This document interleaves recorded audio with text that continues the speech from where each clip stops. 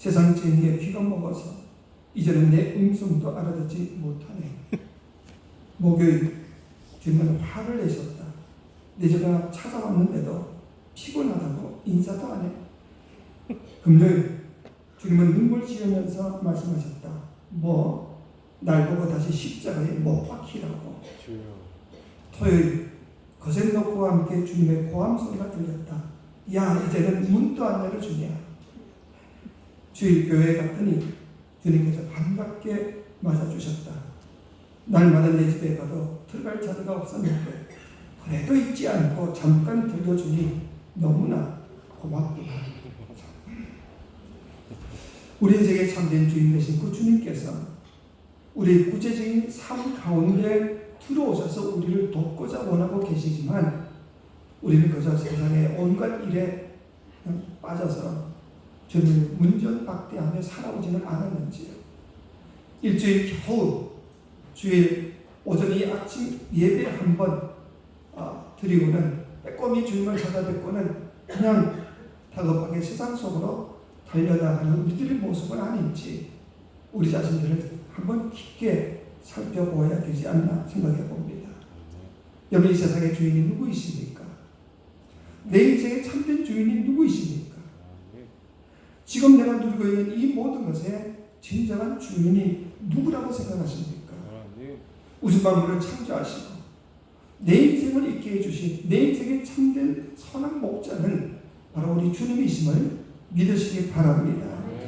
그분이 허락해 주시는 것을 내가 지금 빌려 쓰고 있는 주제에 마치 이 모든 것이 내 것인 것처럼 처음부터 내가 가지고 있었던 것처럼 착각하면서 내 멋대로 내 뜻대로 잘못 사용하고 있지는 않는지 우리 자신들을 깊이 한번 살펴보자, 그 말입니다. 고 대천적 신부님께서 강원도 황지에 중국 기도회 센터 예수원을 세우셨지요. 근데 이 대천적 신부님은 처음부터 이 설립할 당시부터 하루에 2시간 30분은 반드시 기도해야 된다 하는 철칙을 만들어 두셨습니다. 왜냐하면 우리 인생에 있어서 돈의 10의 1조만 주님께 바칠 게 아니라 내 삶에 내 시간에 10의 1조도 바쳐야 된다. 그래서 하루에 10의 1조는 24시간의 10의 1조는 2시간 24분입니다. 근데 여기다가 6분을 더해가지고 최소한 우리는 하루에 2시간 30분은 기도해야 된다. 이런 마음을 가지고 사셨던 분입니다. 사실 종교개혁자 마틴 루터 역시 그런 이야기를 하죠. 내가 아무리 바빠도 하루에 2시간 이상 기도하지 않을 수 없습니다. 마틴 루터 역시 마찬가지였어요. 시간의 10의 1조도 하나님께 반드시 바쳐야 되지 않겠는가. 근데 우리는 10의 1조는 고사하고 일주일 가운데 1시간 예배 드리는 것조차도 우리가 버거워하고 있지는 않았는지 우리 자신들을 깊이 한번 돌아보자는 겁니다. 물론 지금은 코로나의 위기 가운데 있다고는 하지만 우리가 어떻게 하든지 주님께 모이기를 힘쓰고 주님 앞에 예배 드리기를 힘써야 될 우리들이 아닌가, 그 말입니다. 미국에서 목회하시던 김상모 목사님이 계십니다. 그분이 일요일에 바보들이라는 글을 쓰신 적이 있는데 이런 글입니다. 제가 글을 읽기 전에 한 가지 질문을 한번 해봅시다. 여러분, 하나님은 골프장에도 계실까요? 안 계실까요? 저기 속초 바닷가에 하나님이 계실까요? 안 계실까요? 요 가까운 비발리 가고 하늘 훨씬 가까우니까 저 높은 곳에 하나님이 계실까 안 계실까? 우리는 하나님은 어디든지 계신다, 그렇게 이야기하죠. 그렇기 때문에 저 비발디 바크 같은 높은 곳에는 하나님이 좀 더 가까이 계실 것 같아서 우리가 주일날 그냥 거기 가서 잠깐 기도하고 편히 쉬는 것도 좋지 않을까. 하나님은 어디든지 계시니까.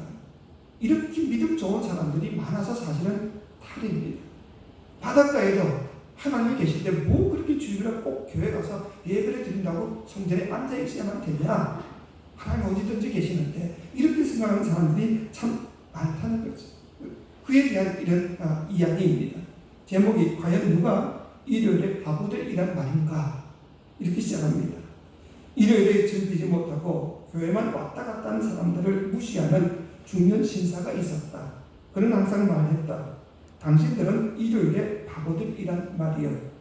하나님이 일요일은 쉬라고 했다면 멋지게 쉬는 것이 하나님의 뜻이 아니겠어? 아니 골프장에는 하나님이 안 계신답니까? 어디에나 있다는 하나님께 잠깐 기도하고 볼일 보면 되는 거지 꼭 교회를 가야만 하나님이 있다는 말이요. 그래서 당신들은 일요일에 바보들이란 말이요 라고 했다. 하지만 우리는 일요일에 바보인가 아니면 주님의 진정한 백성들인가? 지난 크리스마스 때다. 목사님, 저희 남편을 용서해 주세요.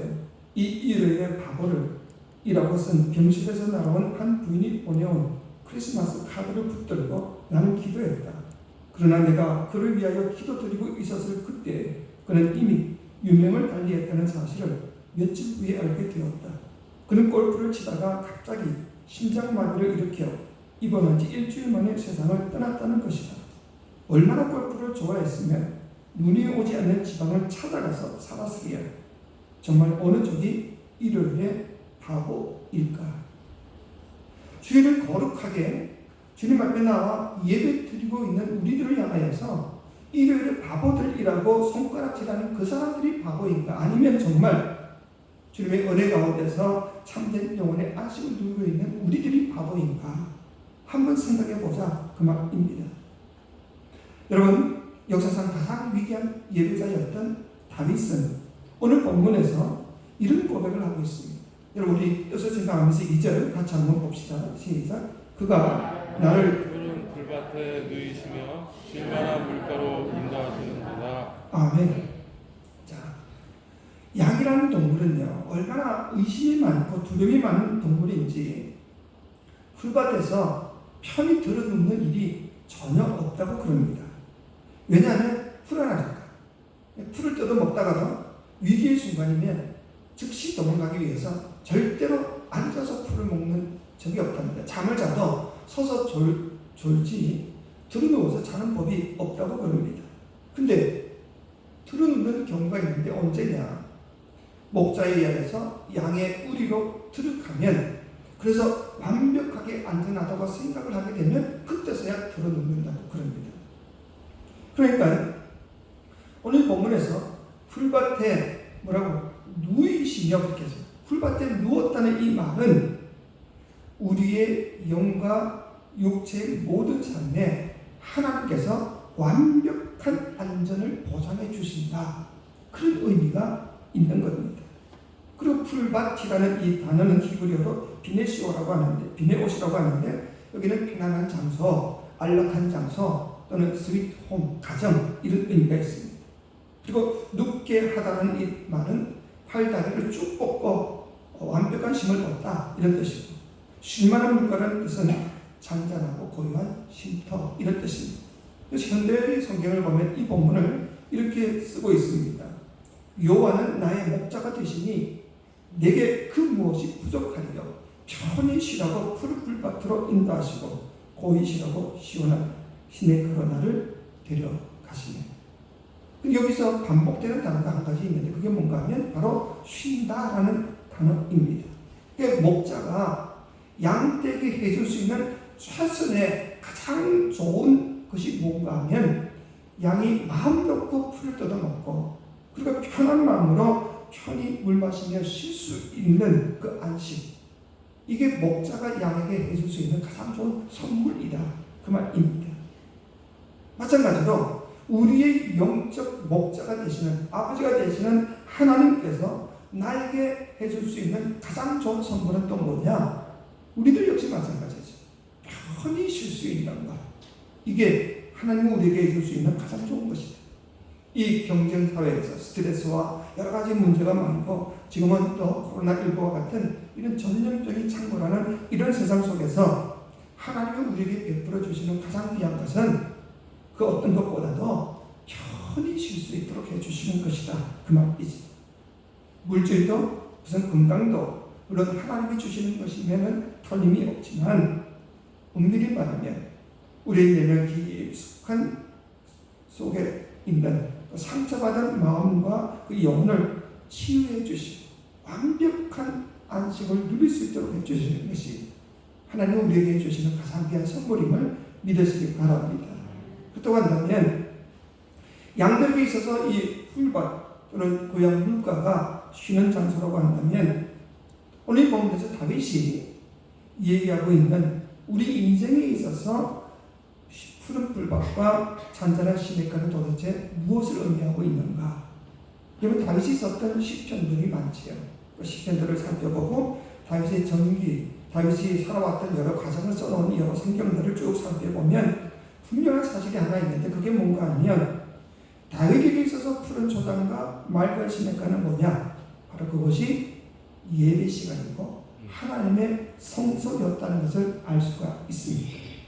즉 예배 시간과 하나님의 성전이 그에게 있어서는 푸른 풀밭이고 맑은 시냇가였음을 믿으시기 바랍니다. 여러분들이 오늘 집에 가서 시편 73편을 한번 꼭 좀 읽어보시기 바랍니다. 여기는 어떤 내용이 나와져 있냐? 다윗이 살아가는 가운데에 인생의 큰 위기를 만나게 됩니다. 그때 하나님과 나누었던 대화의 내용이 시편 73편에 나와져 있는데 그는 참 열심히 살았죠. 말씀 중심으로 살았습니다. 어떻게 하든지 주님 앞에서 올바르게 바르고 정직하게 살려고 애쓰고 노력했습니다. 그럼에도 불구하고 그의 인생에 있어서 신앙의 뿌리가 흔들릴 정도의 큰 위기를 만나게 됩니다. 하는 일마다 되지도 않고 너무나 참 억울한 일을 당하게 되고 숱한 어려움을 겪게 되지요. 그런데 주변을 돌아보니까 아니 하나님의 말씀대로 도무지 살지도 않고 하나님의 말씀을 아예 무시하고 할지 못할지 온갖 나쁜 짓을 다 하고 있는 그렇게 나쁜 놈들은 왜 그렇게 다 잘 되냐 그 말입니다. 세상에서 부귀영화를 누리고 성공하고 그 자식들까지도 모든 것을 다 누리고 있는 이런 불공평한 세상. 아니 공의의 하나님이시라고 분명히 말씀해 놓고는 아니 세상에 왜 이렇게 불공평하게 돌아가냐? 이런 현실 앞에서 다윗이 하나님께 항의를 한 겁니다. 아니 하나님, 저 악한 자들은요 살아서도 떵떵거리며 살다가 죽고 나서는 남들 앞에 뻔질하는 아주 무덤도 크게 짓고 엄청난 묘소를 짓고 살고 있고 후손들까지도 다 잘 되고 있는데 도대체 이게 어찌된 일입니까? 하나님께 항의를 하는 겁니다. 그런데 그 모든 문제에 대한 해답을 어디서 받는가 하니 시편 73편 16절 17절에 보니까 이렇게 기록되어 있습니다. 내가 이 얽힌 문제를 풀어보려고 깊이 생각해 보았으나 그것은 내가 풀기에는 너무나 어려운 문제였습니다. 그러나 마침내 여러분 한번 따라해 보시기 바랍니다. 하나님의 성소에 들어가서야 악한 자들의 종말이 어떻게 되리라는 것을 악한 자들의 종말이 어떻게 되리라는 것을 깨닫게 되었습니다. 깨닫게 되었습니다. 무슨 말인가 하니 그 정말 이해가 되지 않는 그 많은 문제들 앞에서 고민하고 염려하고 있었는데 이 모든 문제가 한꺼번에 해결되는 것이 있었다. 어디에서? 하나님의 성소에 들어가서 예배 드릴 때에 하나님이 가르쳐 주시더라. 그 말입니다. 야, 내 눈에 보기에는 지금 악한 자들이 잘 되는 것처럼 보이지. 하지만 그게 결국 끝이 아니야. 곧 있으면 저들은 망할 수밖에 없어. 의롭고 진실하게 사는 사람들의 그 모든 삶이 결코 헛되지 않아. 그것을 깨닫게 되었다 그 말입니다. 다시 말해서 하나님의 성소에서 예배 드리는 가운데에 인생의 참된 의미가 깨달아지기 시작하고 그리고 그 영혼이 그로 인하여서 새 힘과 용기를 회복했더라 그 말입니다. 그러면 시편을 쭉 한번 살펴보십시오. 곳곳에서 다윗은 수많은 시련과 문제가 있을 때마다 하나님께 예배드림으로 그 예배 속에서 회복시켜 주시는 하나님의 은총을 경험했던 것을 알 수가 있습니다. 그렇기 때문에 다윗에게 있어서 푸른 초장은 바로 예배이고 다윗에게 있어서 맑은 시냇가는 바로 성전이더라 이 말입니다. 이처럼 예배는 우리의 영혼이 회복을 받는 우리 영혼이 온전한 회복을 받을 수 있는 거룩한 시간이고 교회는 영원하신 하나님의 품에 안길 수 있는 한 시간은 처수가 됨을 믿으시기 바랍니다. 그렇기 때문에 우리는 예배를 소중히 여길 수 있어야 합니다. 어떤 일이 있더라도 이 예배를 포기해서는 안 된다 그 말이지. 시편 131편 그 표제에 보면 이런 말이 있습니다. 성전에 올라가는 노래. 이게 무슨 뜻인가? 하나님 앞에 예배드리러 나아가는 성도들이 성전을 향하여 나아가면서 불렀던 찬송가 뭐 그런 뜻이겠지요. 즉 성전에 예배드리러 가면서 그 예배에 대한 사모함 그리고 그 예배에 대한 기대감으로 기쁨으로 불렀던 찬송이다 이런 의미이지. 그 내용을 보면 이런 내용입니다. 여호와여 내 마음이 교만하지 아니하고 내 눈이 오만하지 아니하오며 내가 큰 일과 감당하지 못할 놀라운 일을 하려고 힘쓰지 아니하나이다. 실로 내가 내 영혼으로 고요하고 평안하게 하기를 젖된 아이가 그의 어머니 품에 있음 같게 하였나니 내 영혼이 젖된 아이와 같거다. 좀 말이 좀 복잡한 것 같지만 뜻은 하나입니다. 하나님 앞에 예배 드리러 올라갈 때 그 예배에 대한 그 기대감이 어땠는가? 마치 방금 젖을 땐 아이가 어머니 품 안에 안기는 것과 같은 그런 기대감이다. 그런 뜻입니다. 여러분들이 이런 마음을 가지고 오늘 교회에 찾아오셨습니까? 정말 주님 품 안보다 더 편안하고 고요한 곳이 어디에 있겠습니까? 엄마의 품 안에 있는 것이 아기에게 가장 귀한 것처럼 우리는 하나님의 품 안에 있는 것이 가장 귀한 곳임을 믿으시기 바랍니다. 우리 영혼이 어디서 참된 쉼을 얻을 수 있고 어디서 편안한 삶을 누릴 수가 있겠는가? 아버지 하나님의 품밖에 없더라 이 말이지요. 그래서 시편 91편 1절 기자는 91편 기자는 이렇게 1절에서 고백합니다. 같이 한번 봅시다. 시작. 지존자의 은밀한 곳에 거주하며 아멘. 지존자, 지극히 존귀하신 자의 은밀한 곳이란 어디를 말하고 있는가? 바로 하나님 아버지의 품 안을 말씀하고 있습니다. 그래서 이 본문은 지극히 존귀하신 하나님의 품에 안기는 자는 전능하신 하나님의 보호 가운데 살 것이다. 이게 1절의 뜻입니다.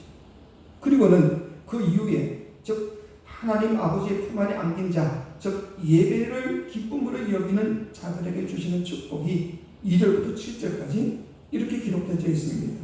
나는 여호와를 향하여 말하기를 그는 나의 피난처여 나의 요새여 내가 의뢰하는 하나님이라 하리니 이는 그가 너를 새 사냥꾼의 올무에서와 심한 전염병에서 건지실 것이리로다. 그가 너를 그의 깃으로 덮으시리니 내가 그 날개 아래에 피하리로다. 그의 진실함은 방패와 손방패가 되시나니 너는 밤에 찾아오는 공포와 낮에 날아드는 화살과 어두울 때 퍼지는 전염병과 밝을 때 닥쳐오는 재앙을 두려워하지 아니하리로다. 1000명이 내 왼쪽에서 10,000명이 내 오른쪽에서 엎드러지나 이 재앙이 내게 가까이 하지 못하리로다. 아멘. 예배를 귀하게 여기는 자들, 예배를 목숨 걸고 지키고자 애쓰고 노력하는 자들은 하나님이 이렇게 지켜주신다 그 말입니다. 코로나19와 같은 이런 전염병이나 재앙으로부터 우리를 지켜주는 방패가 뭐냐? 예배가 됨을 믿으시기 바랍니다. 그렇기 때문에 우리가 이 어려운 시기이지만 그럼에도 불구하고 우리가 여기에 모인 것 아니냐 하는 거지. 왜? 하나님의 말씀을 믿기 때문에. 서로 의대를 수석으로 졸업을 하고 의대에서 그 교수직을 하다가 그것을 그만두고 서울 강남에다가 사랑의 클리닉이라는 병원을 세우신 이 황성주 박사님이 계십니다. 근데 이분은 병을 치료할 때에 그 질병 자체가 문제이기보다는 마음의 병이 더 큰 문제라는 이런 의식을 가지신 분이십니다. 그래서 이분이 책을 한권 썼는데 디지털 시편 23편이라는 책을 씁니다. 근데 여기에 보면 마진의 방정식이라는 단어가 나옵니다. 여러분 마진이 뭐냐 아시죠? 뭐 여백 또는 이윤 또는 여유 뭐 이런 의미가 가져져 있죠. 근데 그 마진의 방정식을 이렇게 말합니다. 마진 이꼴 파워 마이너스 로드. 무슨 뜻인가 하면 우리에게 있어서 여유라는 것이 마진이라는 것이 어디서부터 나오느냐? 내가 가진 능력, 내가 가진 그 힘에서 내가 지금 하고 있는 마음의 짐들, 그리고 또는 하는 일들, 이것을 뺀 것이 여유가 된다. 그런 의미가 있습니다. 그래서 한마디로 말하면 내가 가진 능력보다 조금 적게 일을 하라. 그런 의미가 있습니다. 건강은 이것밖에 안 되는데 내가 이것보다 훨씬 더 큰 일을 하게 되면요, 반드시 문제가 생기게 되어져 있는 겁니다. 그게 바로 병이 되더라. 그 말입니다. 저수지 원리와도 같은 거지. 여러분, 저수지라는 것은 평소에 물을 가둬뒀다가 필요할 때 빼서 쓰려고 저수지를 만들어 놓지요. 근데 이 저수지에다가 물은 공급하지 않고 계속 빼내기만 한다면, 쓴다면 결국은 이 저수지는 아무 역할도 할 수가 없는 무용지물이 될 수밖에 없다. 그 말입니다. 우리 육체도 그렇고 우리 정신적인 정서도 그렇고 마음도 그렇고 지식도 그렇고 다 똑같다. 그 말입니다. 조금은 여유 있게 남겨둬야만 우리가 온전한 삶을 살 수가 있다. 그 말입니다. 황정규 박사는 마진의 몇 가지 종류를 이야기합니다. 먼저는 육체적인 마진, 건강을 이야기합니다. 내 건강은 100인데 내가 120만큼 일을 하면 20만큼이 문제가 생기게 되지. 그게 병이 될 수가 있다. 반드시 문제가 생긴다. 이야기합니다. 정서적인 마진도 있는데 이 정서적인 여유가 있는 사람은 남이 자기를 욕을 해도 뭐 오죽하면 욕을 하겠냐, 마음 놓고 욕을 하라, 그렇게 뭐 넘어갈 수가 있는데 그러지 못하면 이 여유가 없는 사람은 조금만 욕을 해도 바로 하고 화를 낼 수밖에 없는 거죠. 시간적인 마진 역시 마찬가지입니다. 시간적인 여유가 있는 사람은 일을 아주 꼼꼼하게 제대로 잘 할 수가 있는데 시간이 없는 사람은 대충 할 수밖에 없기 때문에 문제가 생길 수밖에 없는 겁니다. 재정적으로도 역시 마찬가지죠. 내가 100을 버는데 200을 쓰기 시작하면 이거는 정말 큰 위기가 올 수밖에 없는 거지. 지식적으로도 마찬가지입니다. 내가 100을 배웠는데 200을 이야기하려고 하면 다 거짓말이 포함될 수밖에 없다. 그 말입니다. 그러니 여유가 없으면 반드시 탈이 나게 되어져 있다. 그러면 어떻게 할 건가? 신체적인 여유를 갖기 위해서는 두 가지가 있다. 운동을 해서 힘을 기르든지 아니면 자기가 버거운 정도로 좀 일을 덜 하든지 그렇게 해야 된다. 정서적인 여유를 갖기 위해서는 사랑의 마음을 좀 가져라. 미워하는 감정이 많아지게 되면 탈이 나게 되어져 있고 인간관계도 문제가 생기지만 사랑의 마음을 가지게 되면 정서적으로 안정을 얻을 수가 있다. 뭐 여러 가지 이야기를 합니다. 재정적인 여유를 얻기 위해서는 돈도 많이 벌면 되죠. 그러나 벌 수 없다면 아껴서 써라. 그리고 뭐 여러 가지 이야기를 하고 있는데 제가 왜 이런 이야기를 하는가 하면 이런 모든 것들이 다 사실은 영적인 마진과도 연관되어져 있기 때문에 그렇다. 즉 내 영혼이 여유가 있느냐 없느냐에 따라서 내 육체가 병들 수도 있고 안 될 수도 있고 내 재정적인 문제가 펑크날 수도 있고 다른 문제가 생길 수도 있더라 이 말이지. 그래서 황성주 박사님의 요지는 뭐냐? 우리의 모든 것의 가장 기본은 영혼의 마진을 가지는 것이다. 그 이야기를 하고 있다 하는 거지. 근데 그 영적인 마진을 남기기 위해서 해야 될 일이 뭐냐? 그게 바로 예배다.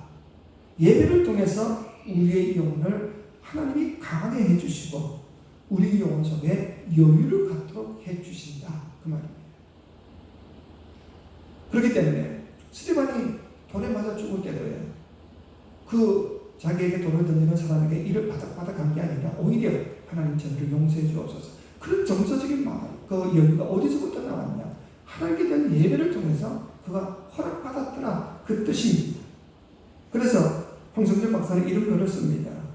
안식일의 궁극적 의미는 영적 건강이다. 최고의 마지는 영적 건강에서부터 나온다. 주님 안에 거하면 어쩐지 힘이 생기고 그리고 무거운 짐이 줄어드는 것 같다. 참 신기한 일이 아닌가. 이건 체험해본 사람만이 알 수 있는 거지.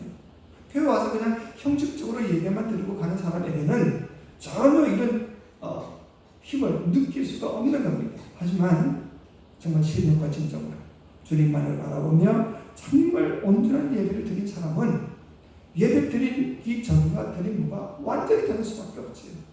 하나님이 주시는 신령한 능력을 허락받았기 때문에 그런 겁니다. 그래서 마음의 용기와 힘이 생기는 거지요.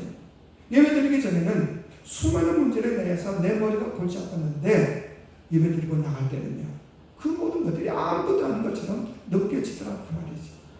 어린 소년 다윗이 골리앗 앞에서도 두려워하지 않았던 이유는 뭐냐? 전능하신 하나님을 바라보는 영적인 눈을 뜬 사람이었기 때문이 아니냐 하는 거지. 문제가 크냐 작으냐 이건 전혀 문제가 아닙니다. 내가 하나님을 바라볼 수 있는 이런 온전한 예배를 드리는 사람이냐 아니냐, 여기에 우리의 모든 문제가 달려져 있더라. 바로 이 이야기입니다. 여러분, 그렇기 때문에 우리는 예배를 통해서 우리에게 영적인 안식과 마진을 허락해 주시는 이 하나님의 은혜를 반드시 허락받을 수 있기를 주의 이름으로 축원합니다. 다른 것은 다 실패할지 몰라도 예배만큼만은 절대로 실패해서는 안 된다. 왜? 내 모든 삶의 근거가 이 예배를 통해서부터 비롯되기 때문에 그렇다 그 말이죠. 예배 가운데 우리와 함께 해주시는 그 예수 그리스도께서 우리에게 세임과 용기를 주시고, 그리고 그 능력과 은총의 손길로 매일 우리를 붙잡아 주시고 우리에게 힘이 되어 주신다는 이 확신만 있다 그런다면 내 삶에 뭐가 문제가 되겠냐 그 말이지. 여러분, 이 예배는요, 단순한 사람들의 모임이 결코 아닙니다. 이 예배에는요, 우리 눈에는 보이지 않지만 내 인생의 참된 주인 되신 그 하나님께서 우리를 만나주시고 우리의 모든 아픈 부분을 치료해 주시고 우리의 내면의 상처까지도 주님께서 해결해 주시는 기적의 일들이 일어나는 이 모든 것들이 바로 예배임을 믿으시기 바랍니다. 믿으시기 바랍니다. 그래서 우리는 이 예배를 참으로 소중히 여겨야 됩니다.